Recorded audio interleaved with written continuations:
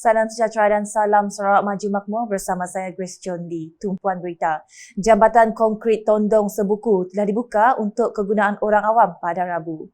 Timbalan Menteri Pengangkutan Sungai dan Laut Sarawak, Datuk Henry Jinet memberitahu pembukaan jambatan tersebut adalah untuk memudahkan perjalanan penduduk sekitar sebelum sambutan Tahun Baharu Cina yang akan datang. Dan pada hari ini kita boleh gunakan jambatan tersebut ke Bau dan sebaliknya.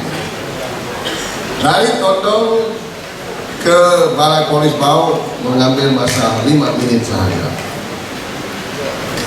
5 menit kalau dibandingkan dengan kita menggunakan Penbonyo masuk 10 Grogol dan ke Bau itu mengambil masa 15 ke 20 minit.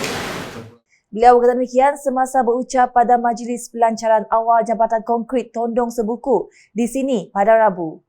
Ahli Dewan Undangan Negeri Adun Tasik Biru itu berkata projek pembinaan jambatan berkenaan telah dimulakan pada tahun 2019 dan dijangka disiapkan pada tahun 2021. Namun akibat pandemik COVID-19 dan isu geologi, proses pembinaan telah mengambil masa selama 4 tahun. Dalam pada itu, Datuk Henry turut menzahirkan penghargaan kepada pihak kontraktor Jabatan Kerja Raya Sarawak atas penyiapan jabatan itu yang sepanjang 120 meter dan bernilai sebanyak 10.59 juta ringgit. Laporan seterusnya, Jabatan Kerja Raya JKR bahagian Betong telah mengadakan lawatan ke tapak projek di bawah program Transformasi Luar Bandar RTP 2024 bagi kawasan Dewan Undangan Negeri Dun Bukit Saban pada Selasa. Tapak-tapak projek dilawati adalah di kawasan Ulu Laya iaitu Rumah Mubok Juli Tanjung Pauh, Rumah Empali Jelom Nanga Selah, Rumah Langan Arah Nanga Mara dan Rumah Lanyau Jembu Linsum. Lawatan yang diketuai penolong Jurutera Awam kanannya Hairuddin Madzihi bertujuan untuk memperhalusi dan memuktamadkan spesifikasi beberapa projek cadangan Adun Bukit Saban Dato' Amar Douglas Ugambas yang telah disenarai di bawah peruntukan RTP 2023. Antara projek yang akan dilaksanakan adalah menaik taraf prasarana rumah panjang di Tanjung Pauh dengan kos siling berjumlah RM100,000, menaik taraf prasarana rumah panjang di Langar Selah berjumlah RM50,000, menaik taraf rumah panjang di Nanga Mara sebanyak RM100,000 termasuk menaik taraf prasarana rumah panjang di Linsum, Layar bernilai RM150,000. Tuai-tuai rumah mewakili masyarakat di komuniti masing-masing merakamkan penghargaan dan ucapan terima kasih kepada Kerajaan Sarawak kerana menunaikan perancangan projek berkenaan dengan harapan projek tersebut akan membawa manfaat yang besar kepada komuniti tempatan. Selanjutnya, Kerajaan Sarawak meneruskan inisiatif projek RTP bagi memacu pembangunan di negeri ini. Timbalan Menteri Tenaga dan Kelestarian Alam Sekitar Sarawak, Datuk Dr. Hazan Abang Hipni memberitahu ini merupakan komitmen kerajaan negeri dalam memastikan pembangunan khususnya di kawasan luar bandar dan pedalaman.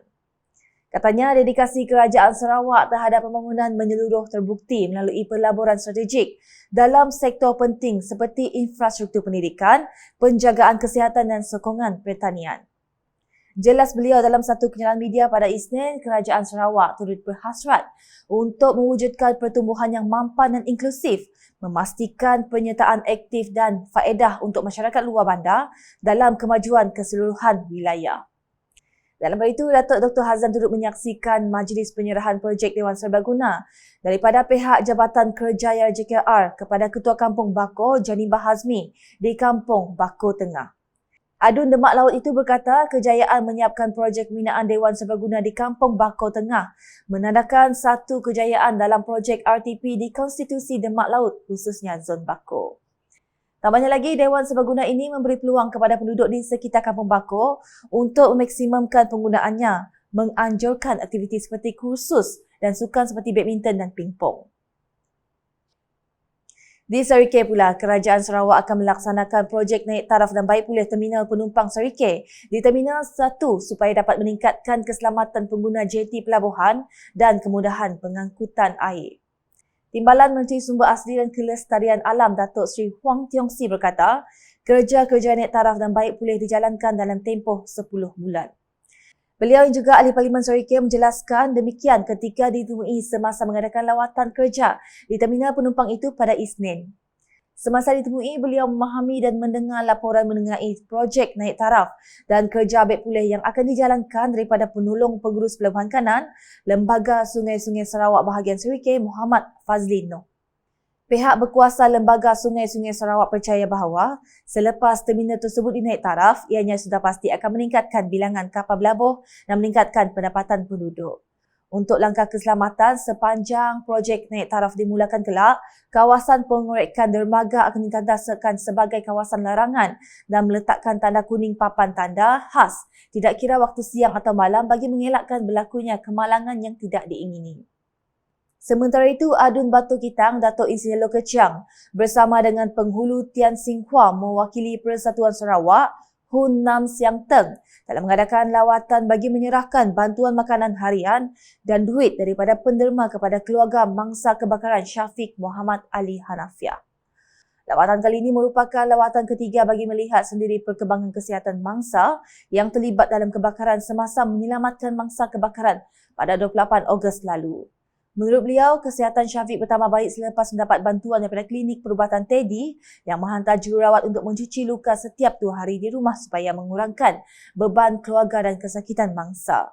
Dalam kesempatan itu, Datuk Insinyur Loh turut merakamkan penghargaan kepada para penderma dan badan bukan kerajaan NGO yang menghulurkan bantuan kepada keluarga mangsa.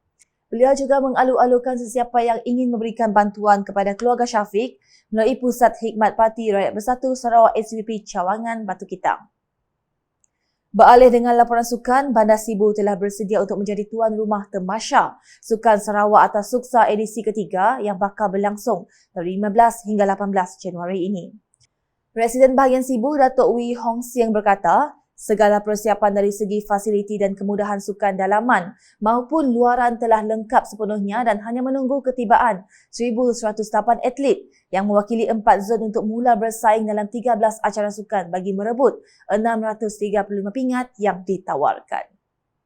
Untuk makluman, setakat ini semua fasilitis dan kemudahan sukan dalaman dan luaran telah bersiap sedia di Sibu supaya kita menjadikan tuan rumah untuk Suksa yang ketiga ni. Tempat-tempat dia contohnya seperti Pusat Sukan Komuniti Azman Hashim di Sibu Jaya dan Stadium Tertutup Sibu dan sebagainya. Jadi skala persiapan telah berjalan dengan lancar dan sepenuhnya. Tuan rumah sekarang bersedia untuk menerima kehadiran para atlet daripada 4 zon yang akan bertanding di lokasi-lokasi pertandingan yang telah ditetapkan. Dan perkampungan Suksa kali ini adalah bertempat di Desa Sanyan yang mempunyai 4 blok bangunan dengan jumlah 256 bilik. Presiden bahagian Sibu, Datuk Wee Hong Siang berkata, segala persiapan dari segi fasiliti dan kemudahan sukan dalaman maupun luaran telah lengkap sepenuhnya dan hanya menunggu ketibaan 1,108 atlet yang mewakili 4 zon untuk mula bersaing dalam 13 acara sukan bagi merebut 635 pingat yang ditawarkan.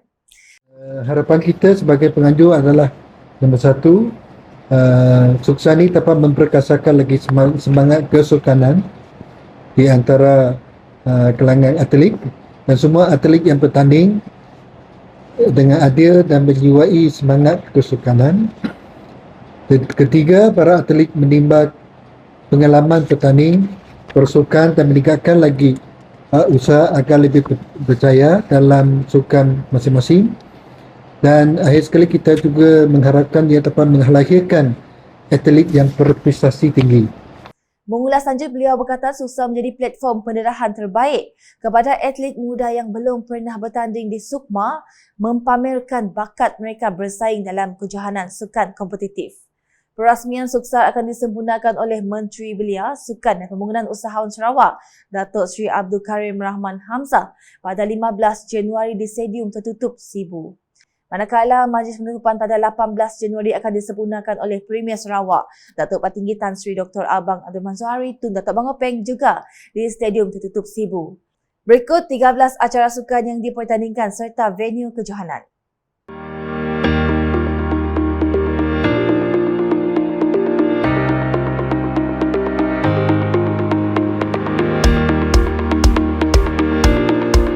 Sekian edisi Tengah Hari bersama saya, Grace Chon Lee. Berita lebih lanjut boleh dapati di semua platform media sosial UKAS termasuk portal ukas.sarawak.gov.my dan UKAS channel di YouTube.